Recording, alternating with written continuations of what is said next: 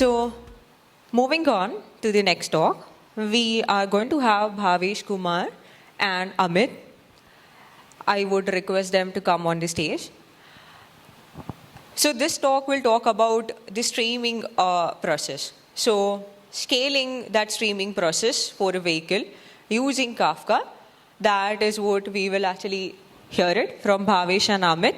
Both of them, they are superior developers and have worked in data engineering background for quite years.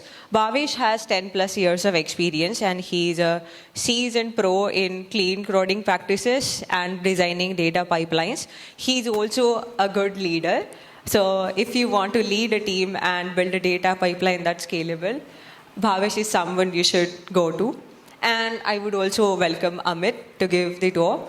Amit has expertise in developing Kafka, Cassandra, and Kubernetes systems, and he has worked on automotive sector, and he also designs large-scale data applications.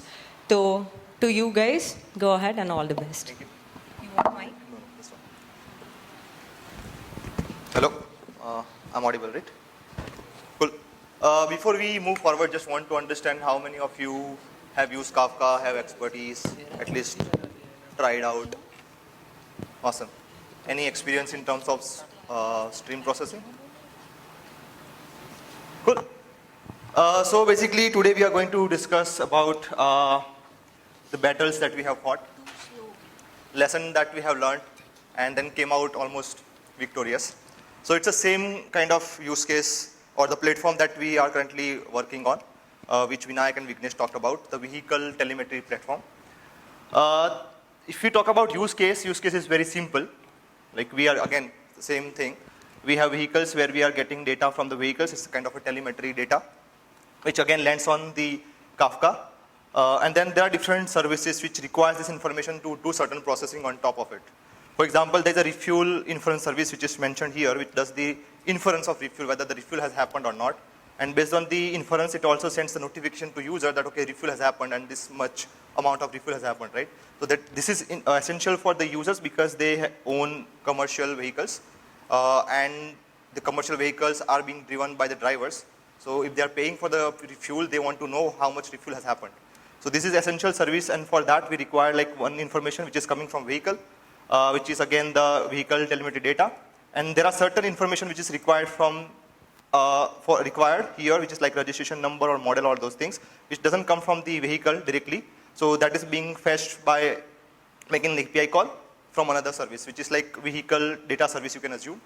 The data is being cached here in the Redis, and then we have built API around it, which basically gives the information which is required for this particular service to use. Now this use case looks innocent, right?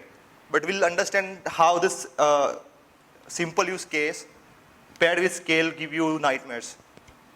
So if I talk about the just like high level architecture again, so if you see again, we have different kind of vehicles, we send the data which lands on the Kafka, and then different services. For example, here we have mentioned the alert inference services, ingestion services, and the refuel services, which are consuming data from the Kafka. Just for the brevity, we are just added only few of the services, but these services are basically responsible to do certain other kind of operations. Alert inference services does the inferences of the alerts. We have different kind of alerts, overspeeding and whatnot. Ingestion service is where we are storing the data in Cassandra, which is a host storage and serves as a historical data. And then we have also mentioned refuel inference service, which we are going to maybe talk about just for the example. And then there might be possibility that these same services are also producing some processed messages to the downstream service to consume. So it's basically, that's how this service interacts internally. And if we talk about the scale, so we have network in, which is around 42 terabyte per day, which comes in Kafka, and network out is 65 terabyte per day. And the messages, if we talk about messages, we are getting 1 million plus messages per minute from the vehicles. So this is the scale. And if we, as we mentioned, like the use case was very simple, right? Getting the data when we do the inferences. But when this paired with the particular scale, it becomes a challenges. So, for example, this was our, like just to showcase on the use case side, the refuel inference service, which basically requires data and calls as vehicle data cache. then we started to saw that the same kind of data was required in multiple other services. So then we had to also make an API call from the other services to get the same kind of data, right? Now, if you imagine the scale, like we have 1 million messages that coming to platform, and then there are different consumers which consume these messages and then performs operation on top of it. So imagine the number of API calls being made to a vehicle data cache, right? Though this particular API is very performant because it reads from the Redis directly and then serves the data, it is around 10 milliseconds or even lesser, right? But when it becomes, when you make those number of calls, it definitely takes time and it also adds up, right? So in order to improve this, what we did was like we thought of adding like local cache, right? So because this data that we were getting from vehicle data cache was kind of a static data, kind of registration number and model information which doesn't change that frequently. So we started to cache it, and now whatever that information was required was locally available for this particular consumer to process on. So that worked for us initially, but then we had another use case where we only wanted to store the vehicle which has a subscription. So now in our platform, there are like around 1 million vehicles, but not all of vehicle will have the subscription. And the platform is a subscription-based model where user has to pay in order to use the features, right? So if user are not paying and we are storing data, it is a cost that we are incurring. So around 40% of user were not using the platform and we were still storing the information. So that's why we started to, we wanted to basically restrict or filter out those data which does not have any subscription. So in order to do that, again, for example, say there is a vehicle which has, let's say, we need to do the inference, right? And then we need to also do the inference. So we will only do the inference if it has the subscription.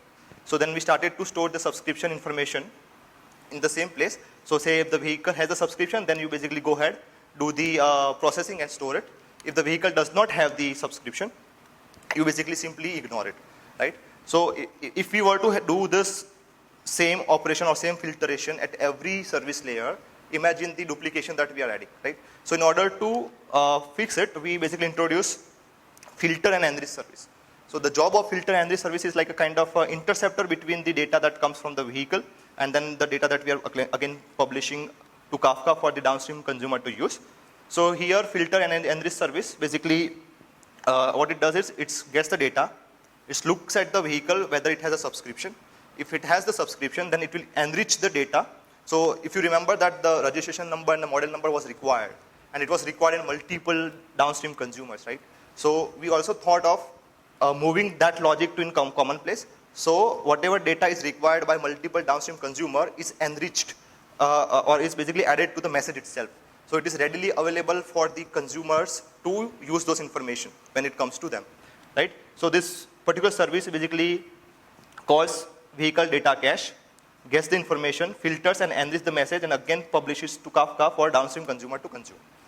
So that was the simple change. And if we talk about the pros, so then API calls have been reduced because then there were earlier there were multiple consumers who were making the calls, right? Now there's only one particular service which is making a call, getting the information and enriching it.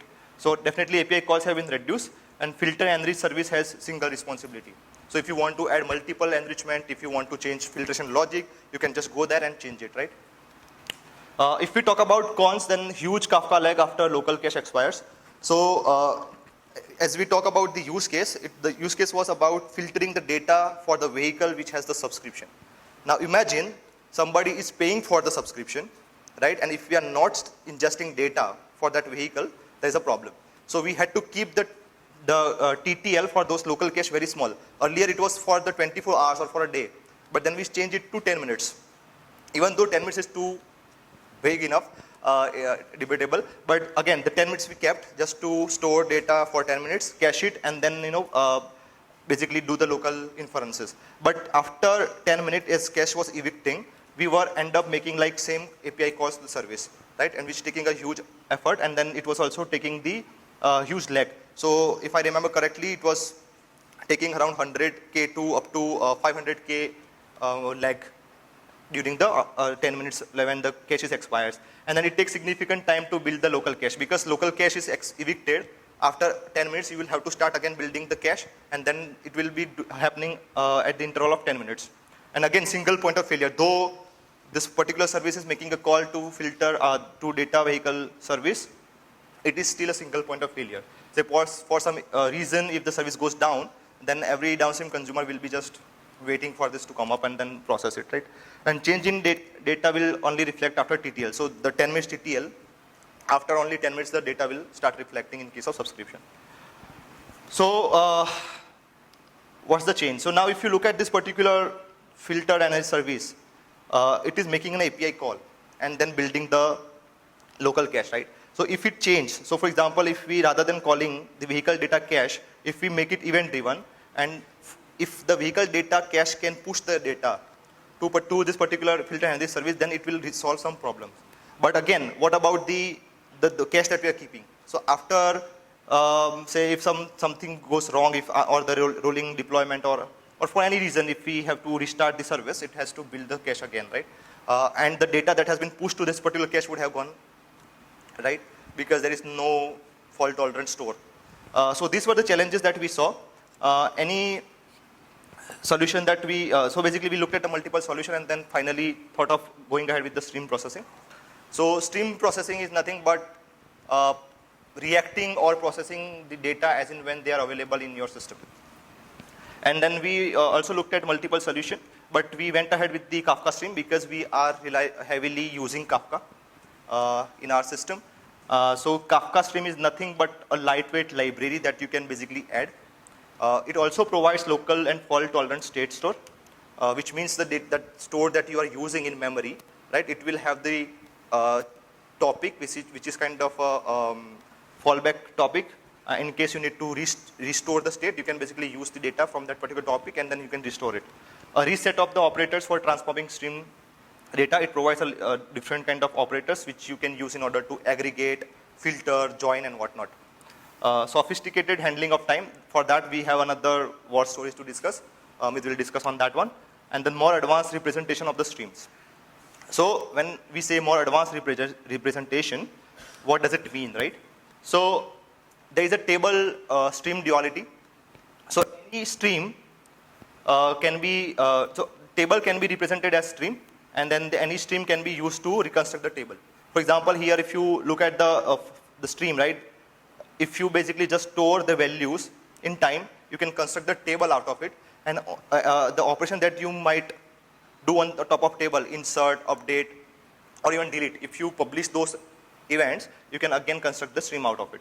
So, and we require that particular table stream duality because the data that comes from the vehicle data cache as an event, we wanted to store it as a table so that we can use it in order to enrich or filter. And Kafka stream provides the abstraction on top of it. So if you talk about the K stream is nothing but the abstraction of the stream. It is like a partitioned record stream.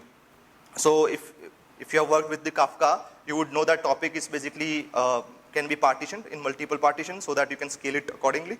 And similarly, each partition can be thought of as a partition as a K stream. And each event is independent of other events. The table that we discussed, table is also, there is an abstraction for the table, which is K table and the global K tables. The K table is a partitioned table. What this means is like when you have a multiple application instance listening to different partition in the Kafka topic, the partition table will have, each application will have its own table in memory, which is for that particular partition. And then the global K table is nothing but the table which every instance will have, but it is like an entire key space. So when to use what, right? So K table can be used when you have, let's say, high key space, and global K table can be used when you have the key space very small, right? Because you might not have that much thing to scale. So basically, when you start the application, you can build the global K table and can use, and K table will be basically can be at the instance level. So by using this, we finally able to conquer the lag.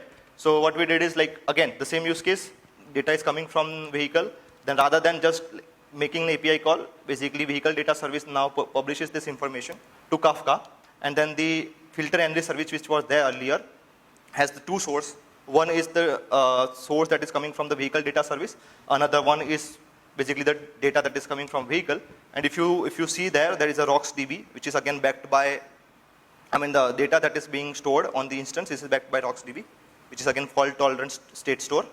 And then we are doing the enrichment and filtration there. So the filter enrich service now looks at the data that is stored in the RocksDB, and then based on that, it does the enrichment and publishes to the Kafka again for the downstream service to consume. So this was the simple change. And if we talk about the like how this K-stream application works, it can be also presented as part of that. So here we can see there are two source node, which is telemetry source node, and then the vehicle data source node. Vehicle data source node is like listening data from the vehicle which is coming from. Then it basically does the filtration on top of it. It basically filters out the data which is, or vehicles which does not have the subscription. And that is stored in the vehicle data state store, which is like in-memory RocksDB store. The telemetry source node is again consuming the data from the telemetry. And then the join node is basically joining the data which is coming from the telemetry along with the vehicle which has a subscription. And then it gives it to the next node, which is map node. It does the enrichment, and then it basically publishes it to the sync node. So this is how it basically does the operation. If you look at the code, it is very simple. Again, the first one, stream builder, where you are saying that, okay, vehicle data topic and consume with, we are giving like what is the serializer and deserializer. Like string is we are using string as a key, and then the vehicle data is kind of a value, serializer and deserializer, and then construct it as a table. And then here's a source stream again joining it with the vehicle data, and basically joins, like, looks at the vehicle partition key. And in both the topic, the partition key is the vehicle ID. So vehicle ID, based on the vehicle ID, it joins, and if it matches the value, it basically publishes it to the next one, which is like combining both the messages, which gives, and then we are enriching those messages and then sending it to sync topic, which is like looks very simple to use. What are the pros? So no external API calls because it's a self-contained service. Earlier we used to make API calls in order to get the information, but now there are no API calls being made because everything is in memory. It is event driven. So as in when there is a subscription happening, we are sending that message to, publishing that message. So the filter and enrich will start immediately. So there is no even 10 minutes of waiting here. Again, filter and enrichment happens locally because it uses in-memory local store. And then after making this change, we never observed any lag so far. Easy to test and deploy because of this rich set of APIs provided by Kafka Stream. It is very easy to test and deploy. Adding new enrichment is again easier, and then again it is low cost maintenance and highly configurable. There are some cons that we need to, we have seen and be mindful of. For example, need to keep partition count same.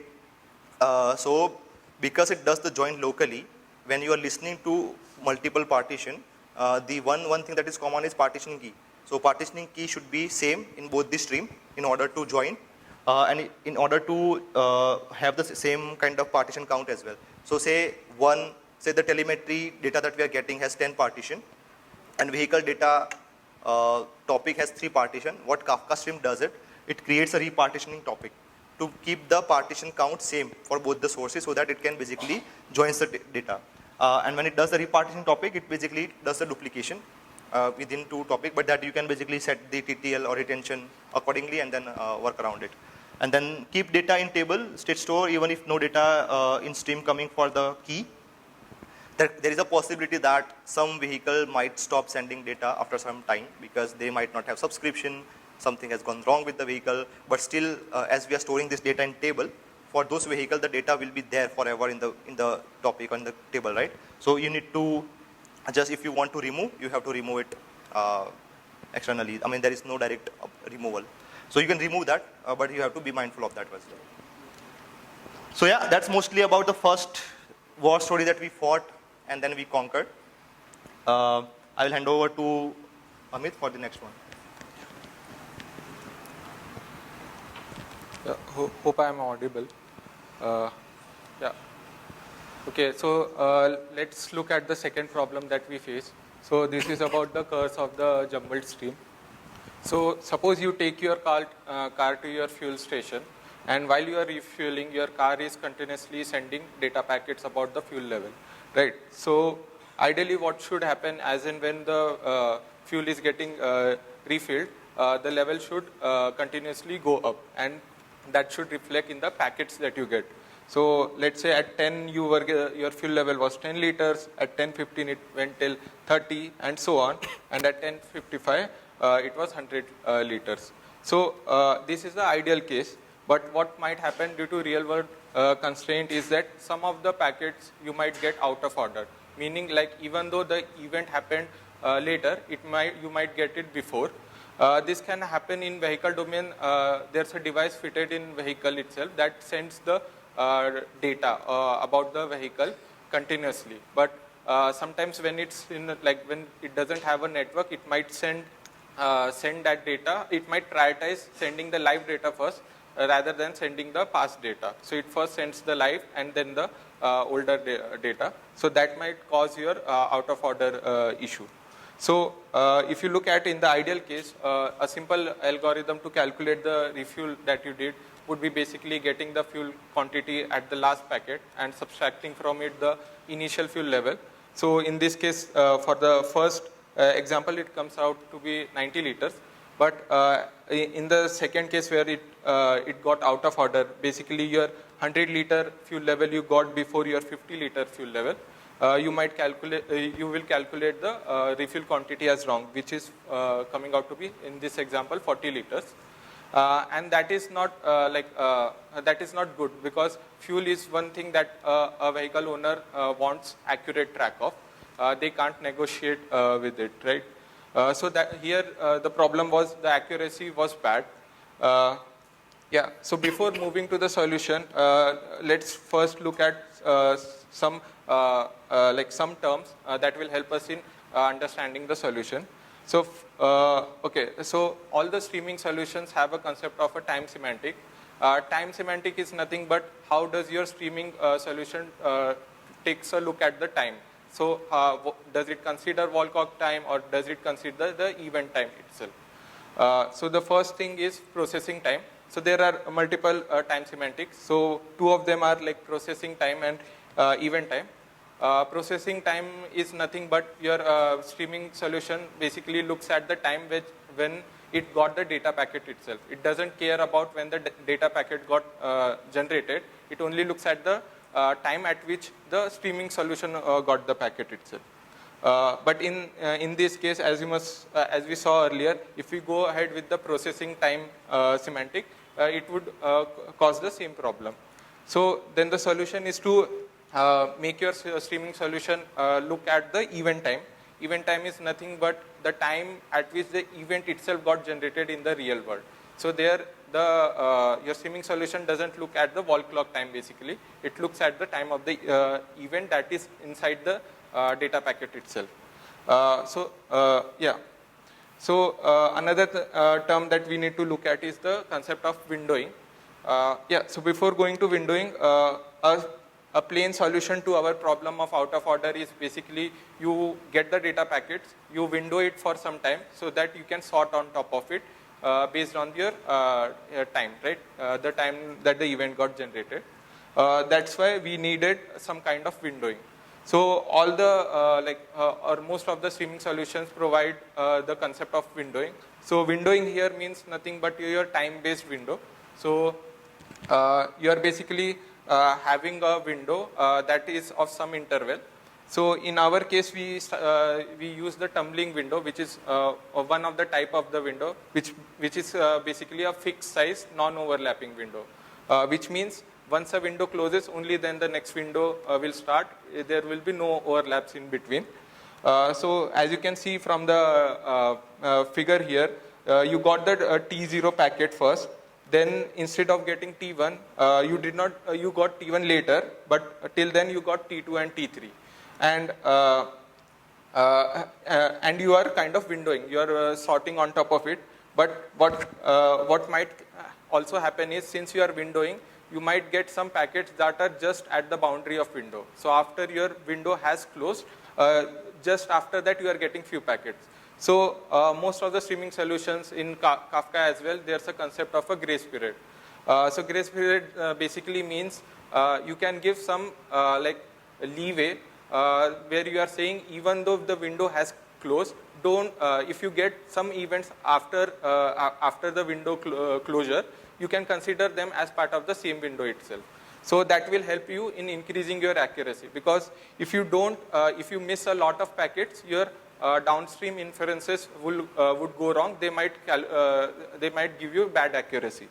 Yeah, but you might wonder here that what happens even even though you have given a grace period, your packet arrives even after the grace period, right? So in this example, we had taken the grace period is of 3 seconds, so from T5 to T8.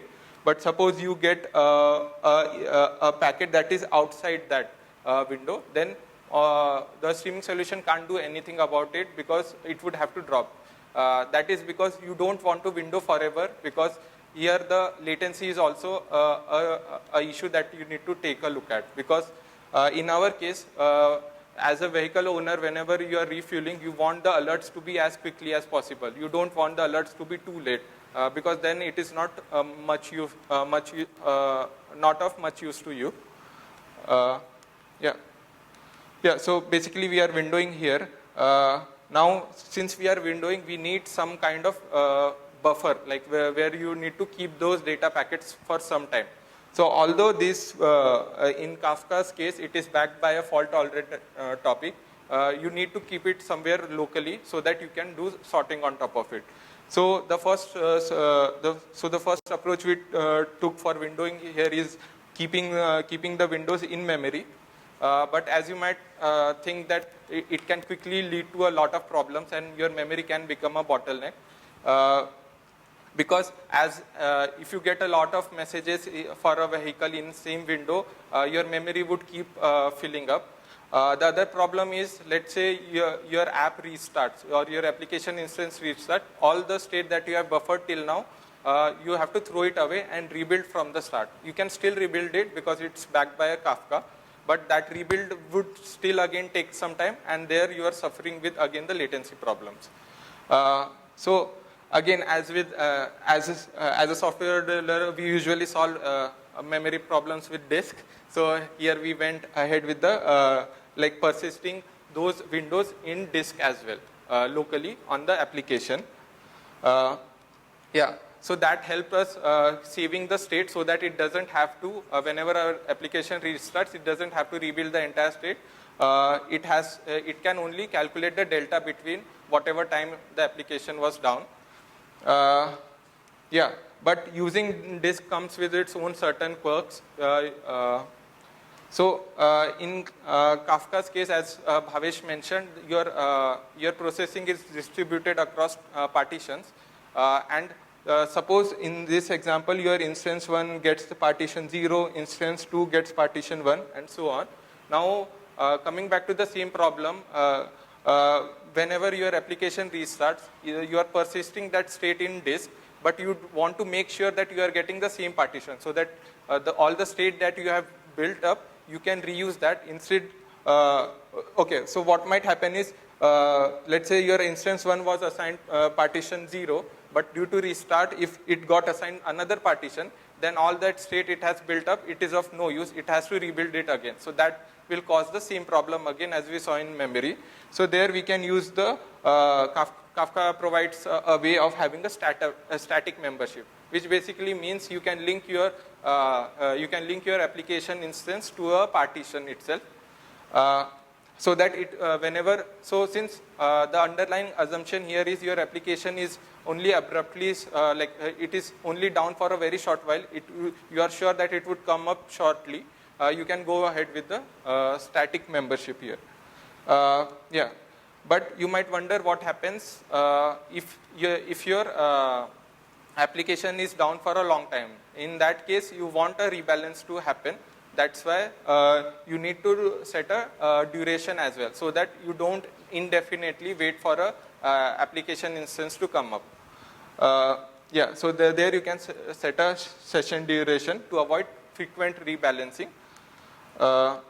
Yeah, the other thing is, whenever you do a rolling deployment, your application instance would be continuously rolling up one by one. In that case, you would face the same problem of frequent rebalancing, because one application instance would come up, it would get some partition, then another one would come up, then again you have to divide the partitions across your application instance. So In that case, you can set a config called group initial delay rebalance in milliseconds, which is a Kafka specific config, which basically means you don't want to rebalance too early. You want to wait some time at the first time when your application is starting up. Yeah. Okay. Now let's look at another thing that you need to be mindful of. Since, as we saw earlier, that we are windowing, there's one interesting thing here, which is that your windows have a key, which is basically, in our case, it's a vehicle ID and your window start and end time. So you're storing those messages in some sort of state sorter, right? That's why you need a key to figure out which window the data packet belongs to. Yeah. So since we are storing state in Kafka, you need to set up a proper cleanup policy on top of it. The first thing you can set up is the compact that we did, which is basically you only want to store the latest value for a given key, which you can set using the compact policy. The second thing is you need to set a retention, because as you saw earlier that the key itself has a window time within it, which basically means it won't get deleted automatically. You have to set some retention so that the older windows get deleted automatically. So that's where the delete helps in. Yeah. So based on the the solution that we took, you need to think about some of the guidelines while building a solution with this windowing approach. The first is you are trading off between latency and accuracy here, because as we are buffering or we are windowing messages, if you keep the window too long or too large, you are basically holding up the downstream consumer. Basically, a downstream consumer would have to wait for that much amount of duration so that it then gets the message from the windowing processor. The second is if you keep the window too short, you are leaving a lot of packets out of the window. In that case, your downstream consumer might not have enough packets to do an accurate analysis. Yeah. The one thing that you can do to improve your accuracy is basically you can set up a consumer that basically continuously revises your answer. So you can keep the window duration small and keep on revising answer. So your downstream consumers would get the messages as early as possible, but you can even revise the answer so that so that you are giving your better accuracy. In our case, it's fuel, so you want a better accuracy. But your use case should support revising answers as well. The next thing is, as we saw, there's a trade-off between latency and accuracy here. You should first try to minimize the issues at the source itself, because if you don't, you can still solve it with the windowing approach, but you are still making certain trade-offs here, right? So it's not 100% accurate or bulletproof solution. In our case, it's it's a hardware device that is fitted in the vehicle. You can't do much about it. It's like a hardware limitation, and you can't directly fix it at source completely. That's why we had to go ahead with the windowing solution here. So the last point is basically on the window size. Not only your windows, a large window size would increase your latency, it would also incur additional cost on your disk in our case, as well as your compute will take longer, because that much amount of you would get larger amount of messages, and you would have to do some kind of processing, sorting in our case, to basically fix the out of order issue. That's mostly it. We are open for Q&A.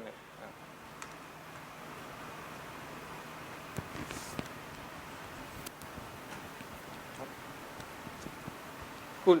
Thanks.